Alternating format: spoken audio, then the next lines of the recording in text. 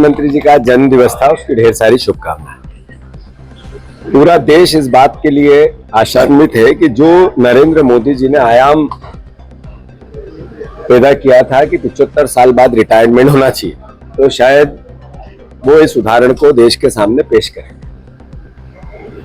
मध्य प्रदेश में उन्होंने कहा 4 स्तंभ है मध्य प्रदेश और देश की उन्नति के, तरक्की के। एक है महिला, एक है गरीब, एक है युवा और एक उन्होंने किसान को इसका स्तंभ बताया। आज से 2 साल पहले मोदी गारंटी थी। किसानों को उन्होंने कहा कि हम 3100 का धान का दाम देंगे, 2700 का गेहूं का देंगे, 6000 सोयाबीन के देंगे। गारंटी है, मोदी की गारंटी पूरी नहीं हुई। युवाओं को कहा था कि आपको 5 लाख नौकरियां देंगे। सबसे बड़ा बेरोजगार प्रदेश हमारा है। बहनों को कहा था 3000 रुपए आपको भी देंगे, बहन आत्मनिर्भर बनाना है, उनको 1200 दे रहे हैं।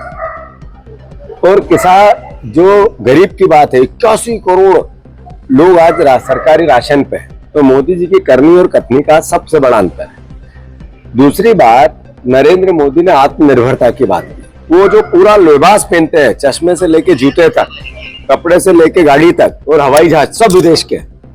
तो आत्मनिर्भर उनकी भाषा है, भाषण है। वास्तविकता में वो भी विदेश का माल अपनाते हैं। फिर भी उनके जन्मदिन की शुभकामनाएं।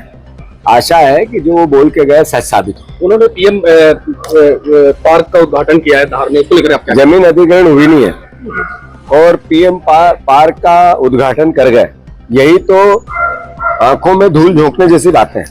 दूसरी चीज, उन्होंने धार में भरे मन से सीएम की मौजूदगी में ये कहा कि धार एक पिछड़ा क्षेत्र है, आदिवासी क्षेत्र है। तो क्या ये धार का अपमान नहीं है?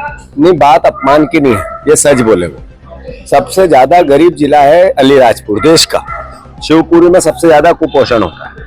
सबसे ज्यादा जमीन अधिग्रहण धार की कर ली, किसानों को जो आत्मनिर्भर बनाने के, छीन ली उनसे जमीन। और किसानों के हक की बात करते हैं। औद्योगिक विकास को लेकर कांग्रेस पार्टी लेके आई थी, उसकी सबसे ज्यादा फैक्ट्रियां बंद हुई तो इसी कार्यकाल में। मैं मानता हूं कि नरेंद्र मोदी जी ने जो बोला, जो कहा, कभी सच नहीं हुआ। मोदी की गारंटी का क्या हुआ? सवाल यह है, मैंने अपने भाषण में भी कहा है, उसका उत्तर देश मांगता है, प्रदेश मांगता है।